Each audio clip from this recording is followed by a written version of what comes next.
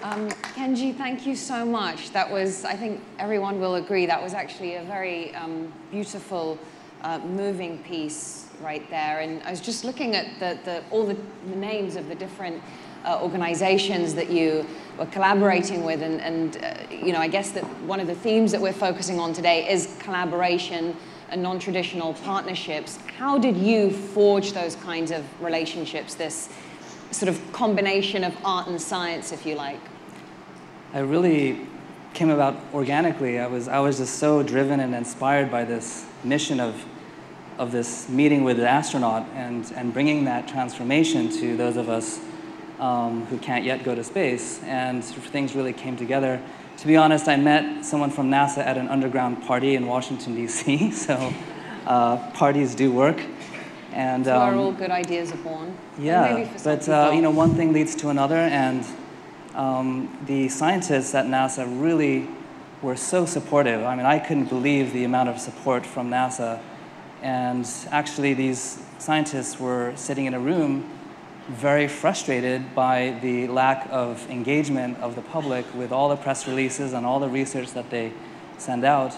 And my, you know, value proposition was that you have to engage people with their emotions, not just with the intellectual and the left brain, but also with the right brain, the whole brain. And this is what art can provide, is a really powerful way to communicate in ways that are beyond words. And I mean, NASA's been an incredible supporter and funder, actually, of our education program for kids, and even beyond that, with a lot of the content that you see here. And so they're excited about this, and they're very much involved. And you were telling us before how what inspired the project.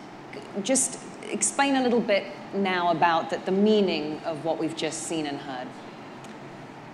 So as you can see, I mean, this was a 10-minute cut down of an 18-minute show. So, and actually the bigger show, I have musicians and dancers on stage, and it's a grand spectacle. And we really go deeper into the relationship between humans and nature. And that's really the story of Bella Gaia, is an exploration of the relationship between humans and nature through time and space.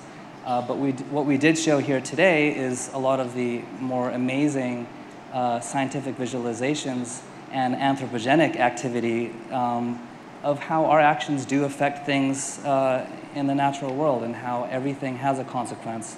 That is why our choices and our actions are so important for the future. And I think you're right, it is an emotional thing, isn't it? Because listening to the music and watching those images is a different experience from, you know, hearing the statistics and looking at the graphs. So tell us then finally how, this is a fascinating project. What are you working on right now? How is this going to evolve? How do you take this forward? Well, my dream is to create a Cirque du Soleil of resilience, so to say, since resilience is the key word here today. But how do you make that a culture that is pervasive, not just a movement or a fad or a keyword, but how do you make it an ingrained culture in the globe that really becomes our future culture? And I think art, music, education, working with policymakers and business, that integration, I think art has a very important role to play. And my dream is to create a large spectacle, a Cirque du Soleil of resilience, where we can control the screen and the theater and the lighting and the effects, and have a permanent theater where audiences can come to the location, much like a Broadway show. And that's really where I want to take this. And you know, for sponsors, you know, these days, do you want to reach 100 million people with a logo and a TV commercial that people will forget?